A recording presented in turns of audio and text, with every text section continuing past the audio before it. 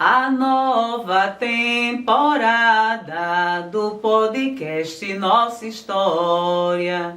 A nova temporada do podcast Nossa História traz a nossa memória. São as mulheres na cultura que com sua bravura contam sua trajetória. Olá, seja bem-vindo ao podcast Nossa História, Nossa Memória, um projeto incentivado pelo Funcultura, Fundarp e Governo do Estado de Pernambuco. Esse podcast escuta o tempo, através das vozes, das memórias e dos territórios. E nessa temporada, seguimos os passos de mulheres que fazem da cultura um modo de existir, resistir e transformar. Onde elas vivem, a arte também mora.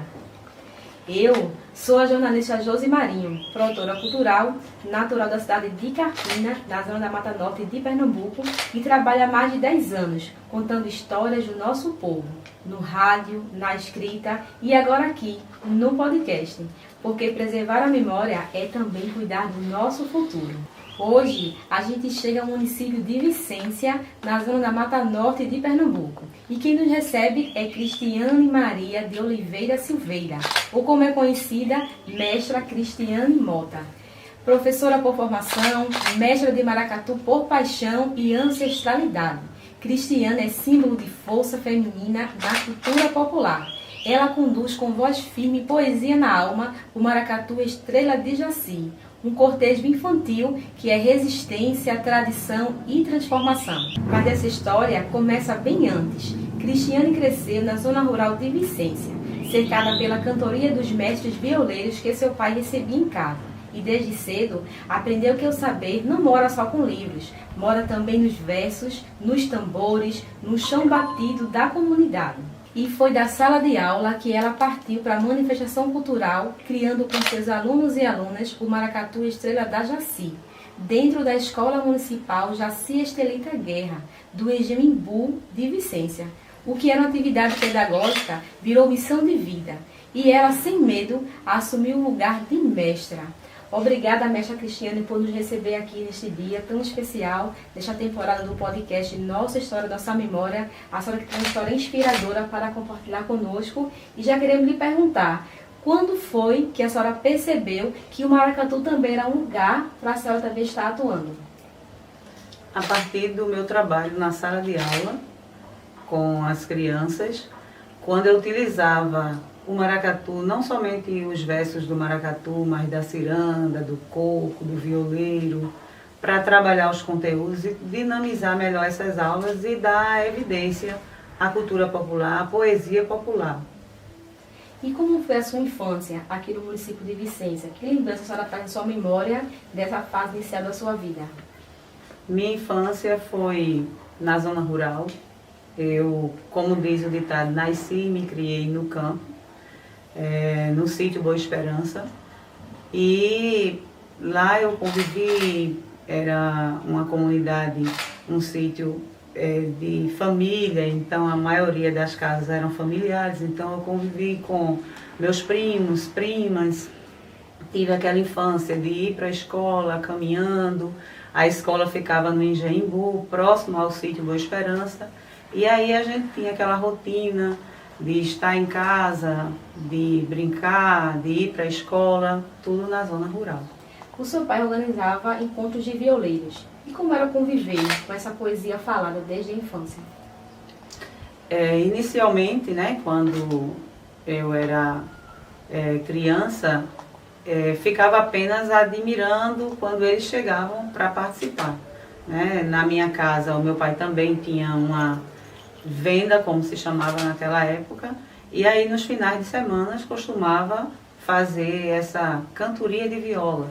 Então eles chegavam cedo para que pudesse conhecer o ambiente e à noite fazer esse momento. Então, quando eu era criança e até a vida adulta, o meu pai ainda fazia esses momentos, então a gente podia apreciar essa cantoria, conviver com isso, né? Vinha todo o pessoal da comunidade participar. Lá na minha casa tinha um espaço grande na frente e a gente participava juntos, convivia junto com as pessoas que vinham também para participar. Quem foi o seu pai? Assim, apresenta pra gente o nome dele.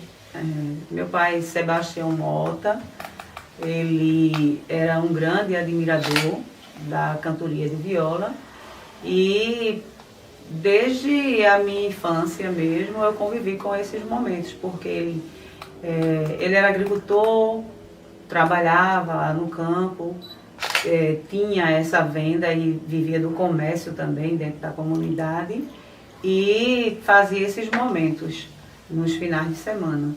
E a cantoria da viola era um dos mais que ele costumava fazer. Estamos aqui sendo recebida pela senhora em um ambiente muito especial, com alguns adereços aqui, a sua vestimenta também está bem especial. Então, fala para a gente um pouquinho desses objetos, desses elementos, que eles representam para o maracatu também. O mestre, ele se caracteriza, né, usando sempre uma calça, camisa com alguma estampa, que dê essa evidência, né, de maracatu, do colorido, e traz a bengala como acessório, o apito, que o mestre utiliza o apito para dar o sinal para o terno tocar, ou o terno parar para que a gente faça a cantoria, e a bengala vai dar o sinal para o mestre caboclo, para o cortejo fazer as suas evoluções. Chapéu na cabeça, no meu caso está ornado, enfeitado, para dar uma visibilidade feminina. São acessórios que todo mestre costuma usar, se caracterizar. Aqui no cenário a gente vê uma manta do caboclo de lança, o chapéu e a guiada, que são acessórios principais que fazem parte da indumentária do caboclo de lança, que é esse personagem principal do maracatu rural, né? É o caboclo de lança que remete ao guerreiro, e na sua dança a gente vê também como se estivesse numa guerra, com a sua lança, dançando e protegendo a sua nação. Certo. A senhora falou dessa sua infância, né? Desse convívio com a cantoria de viola, da poesia tão presente no seu dia a dia. E isso também lhe influenciou tanto a sua profissão enquanto professora, como na sua formação enquanto mestra? Sim, porque é a partir da convivência que a gente toma gosto por aquele brinquedo ou aquela manifestação cultural. E isso eu creio que me inspirou, sim. Por isso que no meu trabalho de professora, geralmente eu trabalhava trazendo muito a questão da poesia popular para a sala de aula. E como eu tinha grande admiração pela cantoria dos mestres, e a partir do trabalho que eu fiz também de especialização, trabalhando o maracatu rural, quando eu dei evidência à cantoria dos mestres. Então eu fui tendo aquela afinidade, aquela aproximação de escutar os mestres cantar, de prestigiar, de entrevistá-los, para entender mais sobre esse universo que é a cantoria dos mestres da poesia popular. Aproveitando o tema, você está falando sobre cantoria dos mestres, existem umas divisões. Não é tão simples assim trazer a rima, a apresentação, conduzir o cortejo ali naquela apresentação. Então, explica pra gente melhor como é que se dá essa rima, essa divisão, como é que consegue essa apresentação. No maracatu rural, a cantoria, os versos trazidos pelos mestres, a gente chama de loas. E essas loas, elas se dividem em marchas, ou samba curto, samba comprido, galope, ou samba curtinho. E aí, a depender do mestre, ele trabalha a marcha de 4 linhas, ou de 4 versos, né, como a gente diz, ou de 6 versos. E essas rimas acontecem na segunda e quarta linha, ou na segunda, quarta e sexta, quando é a marcha simples. E no samba curto e samba comprido são mais rimas para se fazer. Então, o samba comprido ele tem 10 linhas e nenhuma linha fica solta, todas elas estão rimadas. Então, precisa que o mestre esteja atento para fazer a rima na linha certa, né? Então, há toda uma métrica para se produzir. E a cantoria do maracatu rural também se assemelha à da ciranda, a do violeiro, ao cordel. Então, as poesias populares elas se assemelham muito num folguedo ou outro, numa manifestação ou outra. Mas no maracatu rural, apesar do cortejo, dos vários personagens que fazem o cortejo, do pessoal ir ver aquela apresentação, o colorido, as evoluções da caboclaria e tudo mais, mas no maracatu rural as pessoas vão também de pé de ouvido para escutar o mestre. A partir do apito do mestre, cortejo brinca, dança. E quando ele apita novamente, ele entoa os versos, é ali que as pessoas estão de pé de ouvido para ouvir qual a mensagem que o mestre vai trazer nos seus versos. Na sua trajetória, como é que surgiu esse desejo de fazer, né, de montar o Maracatu Estrela da Jaci? Qual foi o sentimento de ver na prática ele sendo formado e até hoje a sua ideia mestra desse maracatu? Quando eu fiz o trabalho sobre o maracatu, né, a minha monografia Maracatu Rural do Campo para o Palco, que é quando o tema remete aos brincantes que saem do campo para o palco para brincar. É quando aquele caboclo passa o ano inteiro se preparando para no carnaval ele festar. É o rei e a rainha que ele, embora seja de uma profissão simples ou viva geralmente são trabalhadores do campo, mas que estão numa lida o tempo todo, mas no maracatu eles vêm para festar. Eles vêm como um guerreiro, como um rei, como uma rainha, como um brincante que vem para trazer a beleza que é essa cultura popular. E aí quando eu realizei esse trabalho, e na minha sala de aula eu já trabalhava pedagogicamente, eu senti o desejo, e com a ajuda das outras professoras, de todo o pessoal da escola, a gente montou esse brinquedo, porque tínhamos uma festa folclórica para acontecer na escola. E a gente ia trazer os vários ciclos, né, que envolve uma festa folclórica. Então, no carnaval, a gente quis trazer as danças do carnaval. Então, a gente montou o cortejo do maracatu. Foi toda uma logística para trabalhar a parte pedagógica para que as crianças pudessem entender o que é o maracatu rural, quais os personagens, como eles brincam, o que eles representam. E produzir esse conhecimento dentro de sala de aula e depois trajar um personagem e brincar no cortejo. E foi aí que montou caboclo, rei, rainha, baianas. E eu fui fazer o papel de mestra. Eu cantava os versos e uma das alunas era a minha contramestra que respondia. Na ocasião, a gente utilizou um playback para fazer o toque do terno, porque a gente não tinha o terno mesmo para bater, né? Para fazer a batucada, o samba de maracatu. Então, usava um playback e o playback já era programado para que eu pudesse entoar os versos. E foi daí que surgiu brincar como mestra de maracatu. Mas a ideia não era ser mestra de maracatu, a ideia era trazer esse brinquedo para o cotidiano da escola e dos estudantes. Mas antes, você já era brincante de maracatu ou não? Tudo realmente surgiu a partir da pesquisa que você fez? Não, eu não era brincante de maracatu, mas o meu esposo, Júnior, o pai dele era caboclo, estava também à frente de maracatu, assim, eu convivi com essa experiência dele também. Eles gostavam, brincavam de caboclo. O meu sogro, meu filho Gilberto, ele era caboclo de lança por vários anos, brincou por muito tempo. Então eu tinha essa vivência com o maracatu também, mas como brincante até então não. E hoje sua família também, seus filhos também são brincantes, não é isso, do maracatu? Sim, os meus filhos, Sebastião Neto e Pedro Mota, são autênticos caboclos que brincam no Maracatu Estrela da Jaci. Desde os 4 anos que Pedro brinca, e quando o maracatu surgiu lá em 2010, ele depois já veio brincando comigo. E eu fui passando para eles essa vivência, né, de brincar no maracatu, ora estar como um caboclo, ou também sentir vontade de cantar alguns versos, de bater o terno. Ele já fez oficina com o terno do maracatu para aprender tocar os instrumentos. Pedro sabe tocar alguns instrumentos do terno de maracatu também.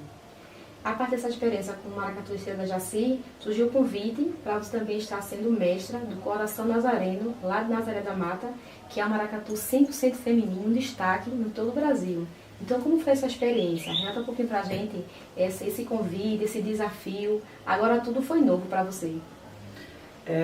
Eu atuava no Maracatu Estrela da Jaci, e aí o Coração Nazareno já existia desde 2004. E aí tinha a mestra Gil, né, como mestra. Numa ocasião, a mestra Gil estava doente e elas precisavam participar de um festival. Então, elas me convidaram para ir participar desse momento com o Coração Nazareno, porque a mestra Gil não poderia participar. Então, eu fui participar do festival, fazer o mestrar o maracatu. Aí foi uma experiência apenas para o festival. Aí depois a mestra Gil deixou o maracatu, não estava com condições de continuar assumindo o Coração Nazareno. Aí me fizeram o convite em 2016, para ser mestra do Coração Nazareno. E aí eu fiquei assumindo o maracatu de 2016 até 2022. Quando o terno toca, sob o comando de uma mulher, muita coisa vibra diferente. E no Estrela da Jaci, o maracatu é também espaço de transformação, de liberdade e de educação. Comandada pela besta Cristiane Mota, esse grupo mostra que a tradição não é estática. Ela se renova com coragem, com afeto, com presença. E em 2009, mestra Cristiane Mota realizou uma pesquisa no curso de especialização em História do Brasil com a monografia intitulada Maracatu do Campo para o Palco. A pesquisa foi justamente esse pontapé para a minha vivência dentro do maracatu, como se pode dizer.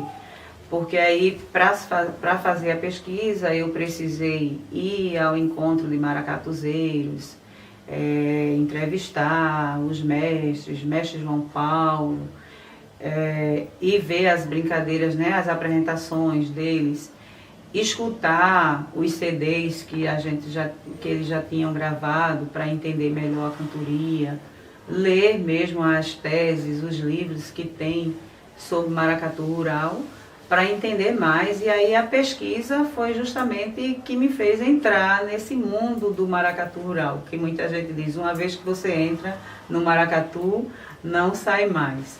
Então a pesquisa foi esse pontapé para que eu pudesse entender mais sobre maracatu e aí chegar ao ponto de ser mestra de maracatu, de estar à frente de um cortejo. Você já enfrentou uma resistência pelo fato de ser mulher e estar em um espaço que geralmente é comandado por homens? Sim. Ao longo desse tempo, né, assim, já é uma trajetória desde 2010, quando surge lá o Estrela da Jaci, e aí eu me coloco dentro do cortejo como mestra. Na ocasião, quando o maracatu saiu daquele universo só da escola para outros momentos, para outros espaços, quando eu ia cantar como mestra, então a primeira vez que a gente foi conversar com os maracatuzeiros para que eles pudessem tocar o terno para o Estrela da Jaci se apresentar, ele olhou e disse assim, mas quem é o mestre desse maracatu? Aí disse, é a professora, a mestra é a professora Cristiane. É a professora e ela dá conta? Cante um samba aí para eu ver, cante uma marcha para eu ver, para que de fato ficasse evidente de que eu daria conta. Então assim, desde sempre, né, a mulher ela precisa mostrar que dá conta. No Coração Nazareno, por exemplo, que é 100% feminino, então tem ali a caboclaria, tem ali o baianal, o cortejo real do maracatu, o terno, a mestra. Então muitos vão para prestigiar, mas também para ver se as mulheres dão conta. E aí a gente vê que aos poucos a gente vai conquistando esse espaço. Hoje eles têm, essa familiaridade é bem maior do que quando eu iniciei, né? Aqui mesmo em Vicência eu lido tranquilamente com os maracatuzeiros, com os outros brincantes. Eles são também assim grandes apoiadores do Estrela da Jaci, estão junto comigo como mestra, quando eles precisam também que eu possa dar uma contribuição nos seus maracatus. A gente tem aquela parceria. Então hoje eu conquistei esse espaço e eles têm esse respeito, mas a resistência, ela sempre continua. E a gente precisa, assim, estar tomando parte e mostrando que o maracatu também é lugar de mulheres, que mestrar o maracatu não é somente uma condição do homem mestre, mas que a mulher ela pode versar nos vários personagens. E você percebe mais mulheres acompanhando também essas apresentações? Você percebe assim, a emoção dela de ver você enquanto mestre, de ver outras mulheres também atuando à frente, né, dessas funções de mestre ou contra-mestra? Eu percebo que o fato de eu estar à frente de um maracatu, de estar atuando como mestra, isso veio quebrando muitos tabus e trazendo aquelas colegas de trabalho, as amigas, professoras também, professores, alunos, comunidade no geral, quando vê que a professora está ali brincando dentro do maracatu, então é algo que faz parte de todos nós. Se a professora está lá cantando, a gente também pode estar, também é lugar da gente estar. Então eu percebo que fez com que inspirassem outros para participar, para quebrar esse preconceito que tem com o maracatu. A gente sabe que o maracatu rural tem também seus rituais religiosos, né? Essa tradição que é muito forte dentro do maracatu. E muitas pessoas têm uma certa resistência com o maracatu por conta dos rituais religiosos. E aí, dentro da minha família, tanto tem pessoas que seguem uma religião, fervorosos, como também tem pessoas que brincam, que gostam do maracatu, mas outros que são evangélicos, e muitas vezes tem aquela certa resistência, mas aos poucos eles foram entendendo e respeitando esse espaço e isso se tornou algo muito mais familiar, tanto para a minha família como para os amigos, para o ambiente da escola. E eu creio que o fato de eu estar mestrando o maracatu inspirou muitas pessoas a também participar do maracatu e admirar esse cortejo. Observando assim, a trajetória do Estrela da Jaci, a gente percebe que você conseguiu unir cultura e educação. Então, na sua visão, como é que a cultura ela consegue preservar, né? A educação ela consegue preservar a cultura? A gente sabe que a educação, a escola, ela é um grande caminho para que a gente possa trazer os vários elementos que fazem parte da sociedade, tanto dentro da dança ou qualquer outra manifestação. Então, trazer essas manifestações culturais para a sala de aula faz com que a gente inspire e motive os estudantes a fazerem parte, a valorizarem, a querer construir esse conhecimento dentro da escola e para além da escola. Porque a gente sabe que muitos grupos, o maracatu rural, como também outras manifestações, elas vão passando de geração em geração. E se as gerações de ontem não trazer isso para hoje e não fazer essa provisão para o amanhã, essas manifestações elas vão acabando. Então esse nosso trabalho enquanto educação e também estando como brincante é um incentivo para que inspire novas pessoas e que essa cultura ela permaneça. Estamos na zona da Mata Norte, uma região marcada pela riqueza cultural. No entanto, a gente vai visitar os brinquedos populares, né? O maracatu, o cirano, o coco. Quando você chega lá, você vê o maior número de mulheres que são participantes das brincadeiras populares, mas infelizmente ainda em uma posição não de destaque. Elas estão muito na parte de produção, ficam muito tímidas ainda participando da brincadeira. E está aqui nessa temporada falando de mulheres que inspiram, histórias que inspiram, mulheres que estão realmente na Zona da Mata, atuando à frente, né, de várias manifestações culturais. Para a gente é um orgulho e ter você como nossa convidada, como uma referência também de mulher que resiste, né, no maracatu rural, que é uma mestra, que também traz um exemplo para outras mulheres. Eu acho que para a gente é muito rico nessa temporada ter você como nossa convidada. E eu queria aproveitar e perguntar a você, Cristiane, que mensagem você poderia dizer para as mulheres que também fazem cultura popular aqui na Mata Norte, sabe, tem um talento, tem a criatividade, contribuem diretamente para o brinquedo popular, mas não estão ainda à frente, sabe, assim, atuando como você está enquanto mestre. Então, que mensagem você daria para as meninas? A gente sabe que apesar de ter muitas mulheres trabalhando na cultura, né, brincando nos diferentes brinquedos, mas a gente sabe que muitas são de bastidores, né, como você acabou de falar. E isso é algo que vem bem lá de trás, quando a mulher realmente ela apenas atuava nos bastidores da brincadeira, principalmente o maracatu rural, né? E hoje a gente vê que a partir do Coração Nazareno, mas também antes, no maracatu também, como a gente chama, maracatu de homens, mas que é misto, vem a mulher fazer parte. E aí a cada período a gente vê que mais mulheres vão tomando parte nessas brincadeiras. No meu caso, estar mestra, brincar no maracatu. A gente sabe que o mestre no maracatu rural ele é uma posição de destaque. Sem o mestre, o maracatu não sai. Então, é uma função de muito compromisso e também de força, de resistência dentro do maracatu. E a mensagem que eu deixo é que as mulheres, elas acreditam que elas podem estar nesses diferentes espaços, nas diferentes funções, quer seja no maracatu rural ou em outro brinquedo, que elas podem, que elas dão conta, e que maracatu ou coco ou a ciranda também é lugar de mulher brincar e trazer essa cultura viva que é de Pernambuco. Muito bem. A voz de mestra Cristiane ecoa como um canto de justiça. Seu terno não só marca o passo do cortejo, ele acorda memórias, planta sementes e garante o futuro. E para encerrar, mestra, queria te pedir, em uma palavra, uma frase, o que a senhora entende como cultura popular, o que significa para você a cultura popular? É aquela cultura que move o povo, que está nas nossas vivências, que está nas nossas casas, nas nossas comunidades, nos diferentes espaços que a gente está e que move o povo, que todos podem brincar, fazer parte.